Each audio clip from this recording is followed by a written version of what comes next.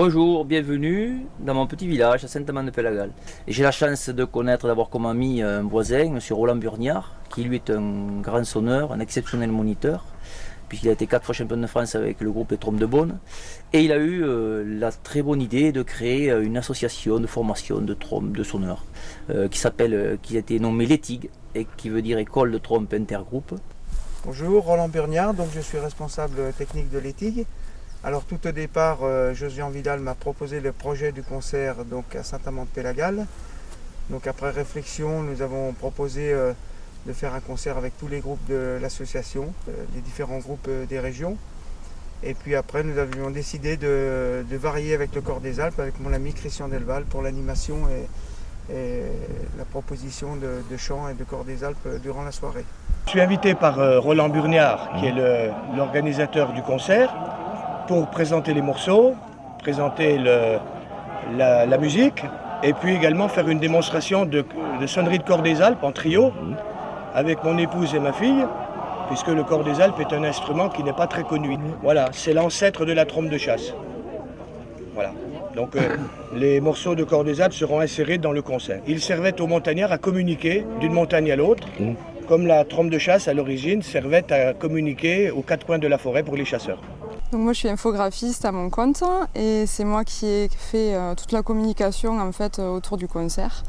Donc les affiches, les billets d'entrée, les invitations, les livrets avec tous les annonceurs présents dessus et voilà jusqu'aux banderoles, enfin tout ce qui est communication en général.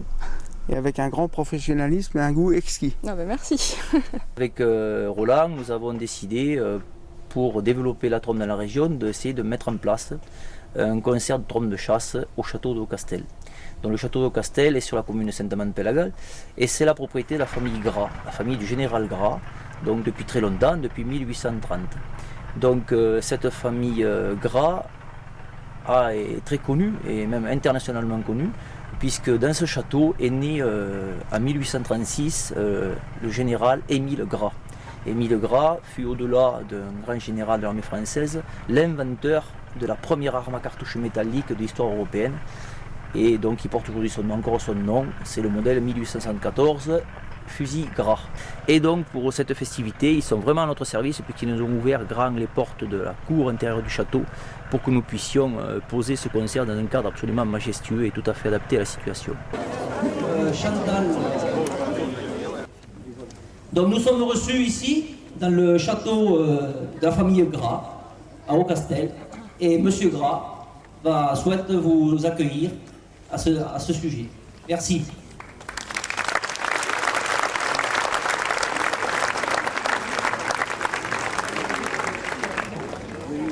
Bonsoir, mesdames, messieurs, j'ai le plaisir de vous accueillir à Haut-Castel pour écouter et admirer les magnifiques sonneurs rassemblés ici par Roland Burniard au sein de l'école de trompe intergroupe de la région sud-ouest. Ce concert est organisé par l'ETIG et je ne fais que prêter les extérieurs de Haut-Castel. Quelques mots très brefs sur Haut-Castel. La seigneurie de Haut-Castel appartenait depuis au moins le Xe siècle à la famille de Durfort, dont le berceau est à Durfort, mais dont il n'en reste rien grâce à Simon de Montfort qui l'a détruite pendant la croisade des Albigeois. Haut-Castel passa ensuite au Loubéjac et en 1230, une dame de Loubéjac, Alix de Loubéjac, épousa Armand Robert de Castagnier, et les Castagniers possédèrent Haut-Castel jusqu'en 1645. Ils résidaient à l'époque sur le vieil Haut-Castel, dont, en venant de Lozère, vous pouvez admirer le reste sur la main gauche, une tour ruinée sur la colline avoisinante. C'est sans doute au XVe que une propriété commença à être construite ici, le Château Neuf. En 1645, à la suite d'un long procès dont je passe les détails, Haut-Castel passa à Marguerite de Ferrand, d'une famille de parlementaires de Bordeaux, qui épousa Hector d'Escodeca de Boisse. La famille de Boisse posséda au Castel jusqu'en 1772, date du décès du dernier Boisse. Sa sœur Françoise, mariée au comte de Roffiac, reprit la propriété. C'est sans doute le comte de Roffiac qui, à cette époque, entreprit les agrandissements et la restauration du château. Malheureusement, il décéda peu avant la Révolution et les soubresauts de cette dernière fit que les travaux s'arrêtèrent. Le château actuel n'en est que l'ébauche. Madame de Roffiac vécut sans encombre la Révolution au Castel. Son fils hérita du domaine, mais décéda sans pérester en 1826. Mon trisaïeul Hugras l'acheta en 1830 et il est depuis dans la famille. C'est ici, au Castel, que le 2 janvier 1836 est né le général Émile Gras, inventeur du fusil modèle 1874 qui porte son nom. Maintenant, je vous laisse place à la musique et au remerciement de tous les sponsors qui ont bien aidé pour cette magnifique soirée. Merci beaucoup. Un morceau d'ensemble interprété donc à plus de 70 sonneurs.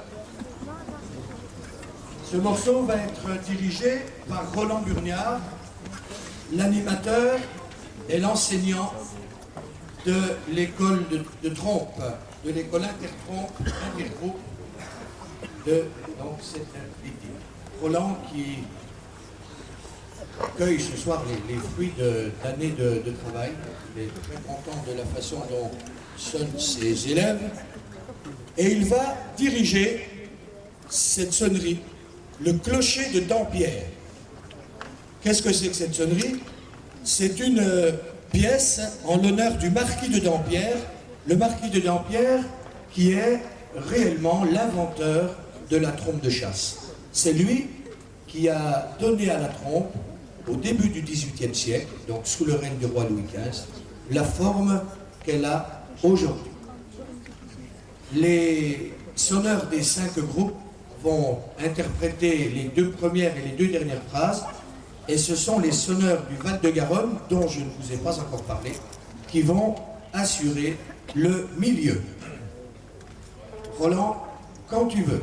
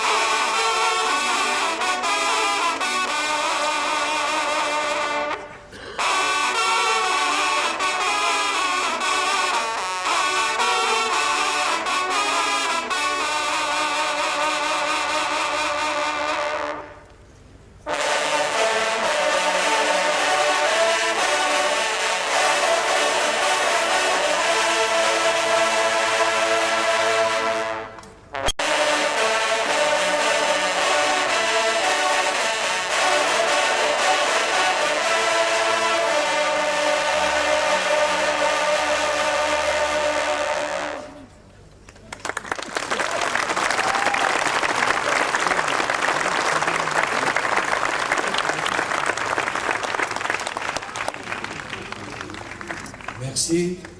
Cela nous permet de constater, si besoin était, que ce château est non seulement chargé d'histoire, de belle histoire, mais c'est aussi un lieu d'acoustique exceptionnel.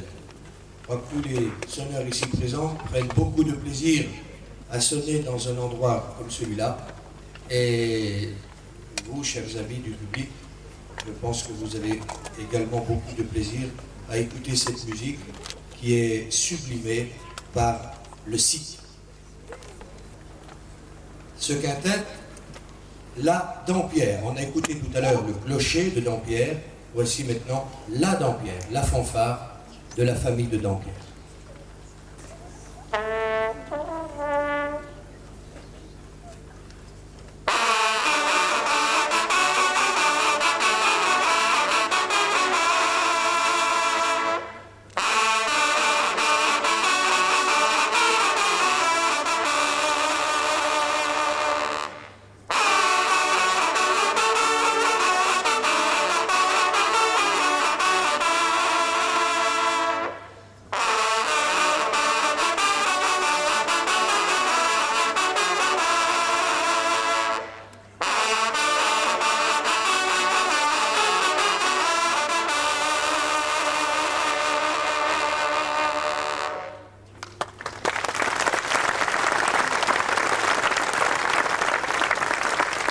Quelle interprétation magistrale. Ils vont à nouveau s'exprimer tous ensemble, mais cette fois sans les trompes, en chantant.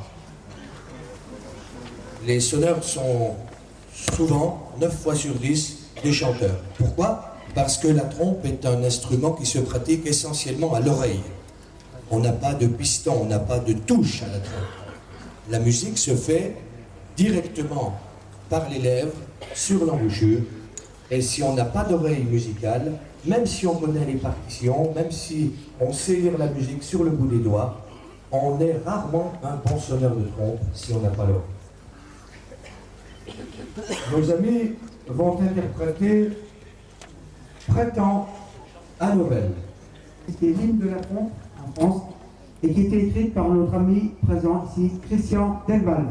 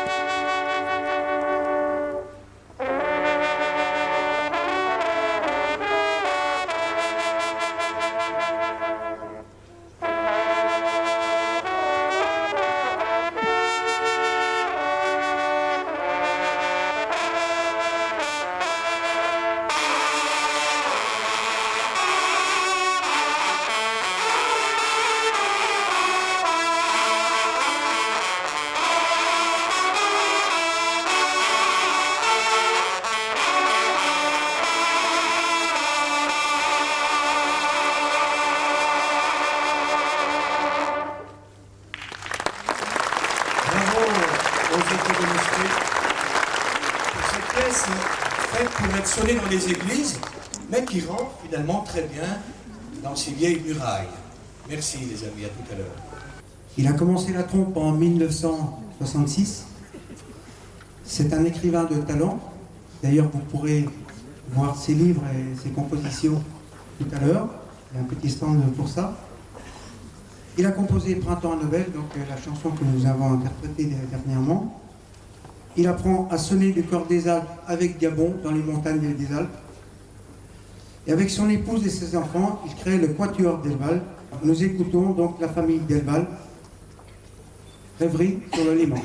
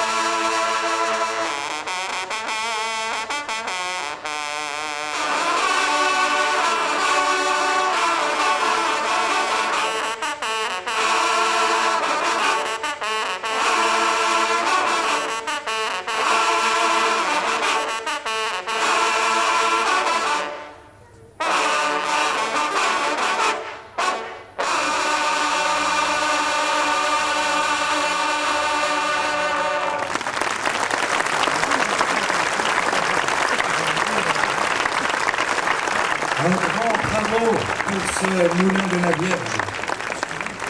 Vous pouvez entendre, faisant les appels en solo de chaque côté du groupe. D'un côté, Michel Réveil, et de l'autre, Roland Burniard, qui encadre le groupe, ce groupe qui va répondre à leurs appels. La Guillaume.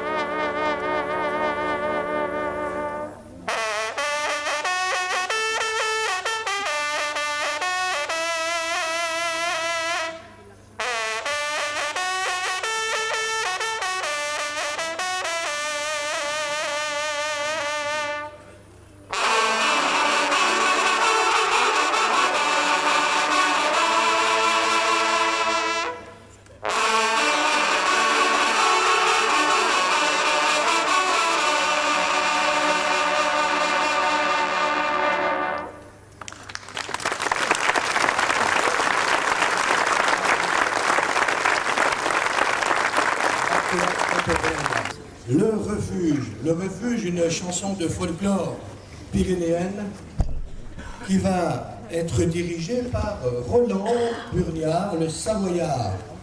Le refuge en ensemble.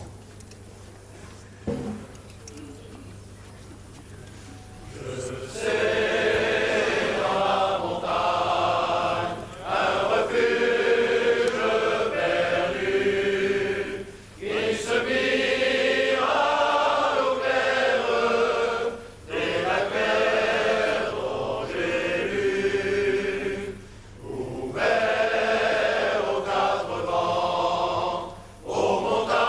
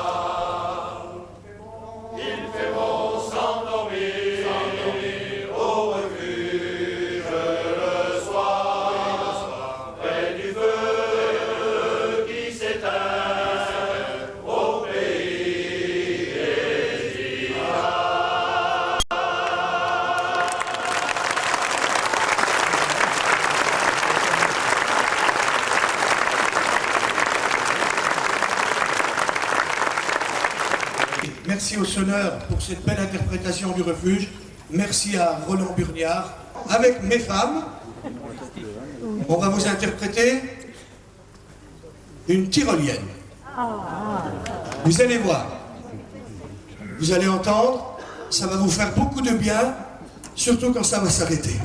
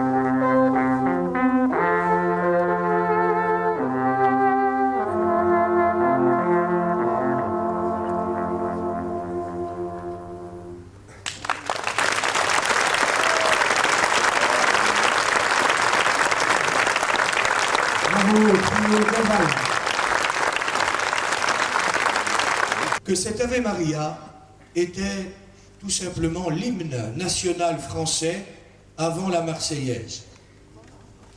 Louis XIII avait consacré la France à Marie, et la fête nationale, d'ailleurs c'était le 15 août, et l'hymne national a été l'Ave Maria, avant tout le reste, bien entendu. À toi, Patrice.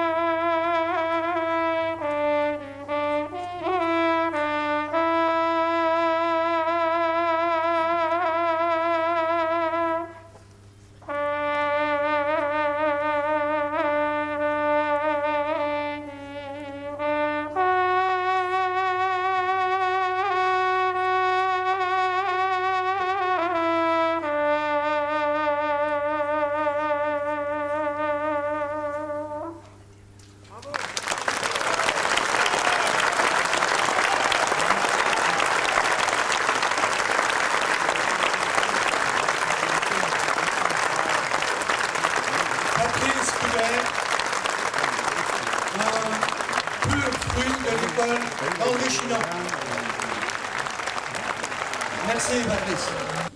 En tout cas, un bon moment en perspective à écouter cette superbe pièce par l'élève experte des trompes du Val-Garonne.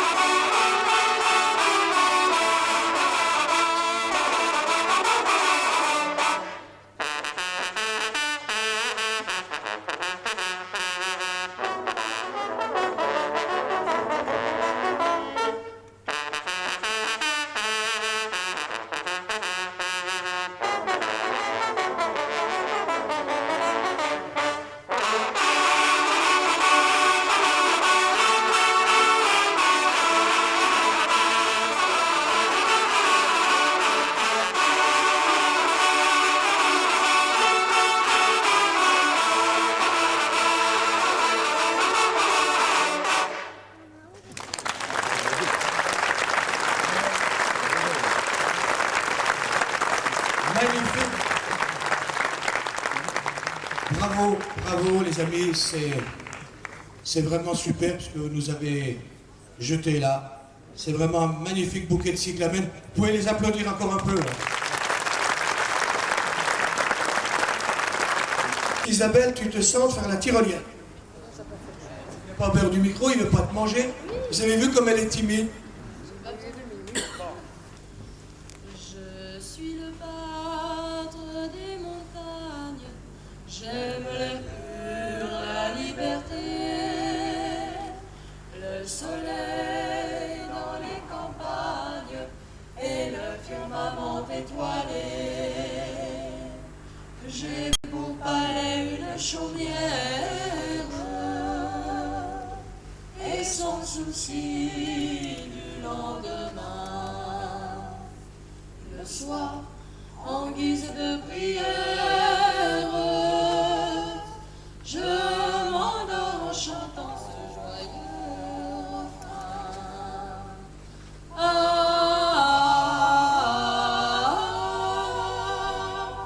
Ya la la la, ya la la la, ya la ya la la, ya la la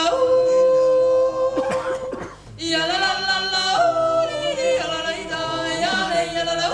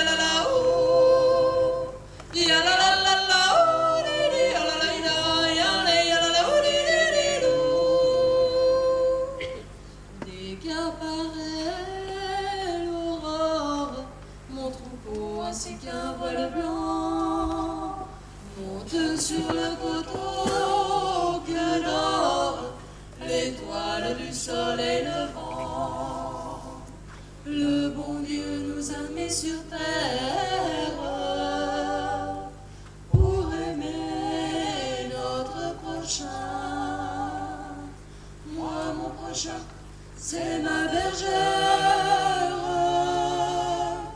que j'attends en chantant ce joyeux refrain. Ah,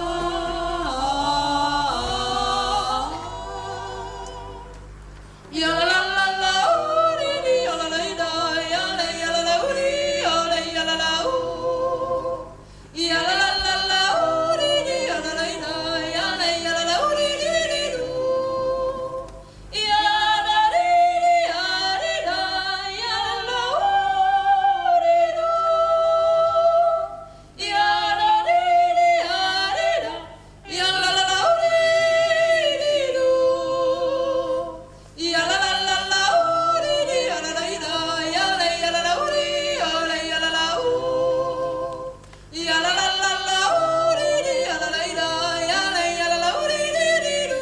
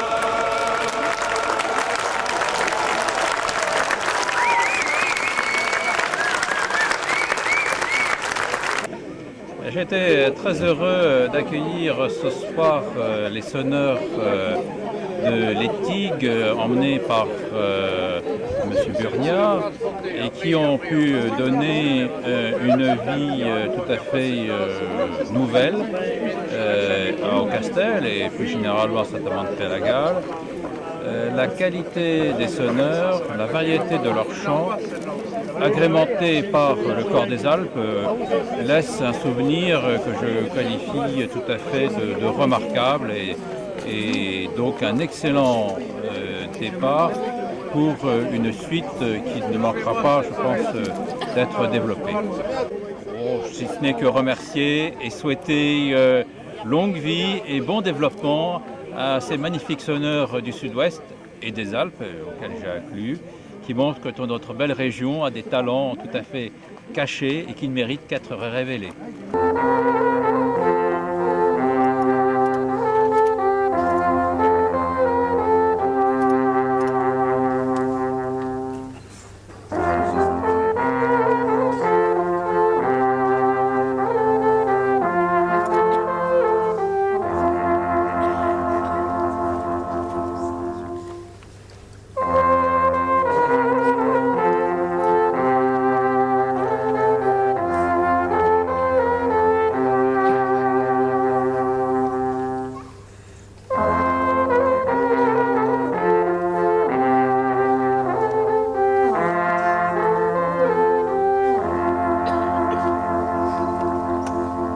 Et de vous donner rendez-vous, j'espère, en direct pour la prochaine édition où je serai très content de vous recevoir dans notre petit village Saint-Amand-de-Pellegal.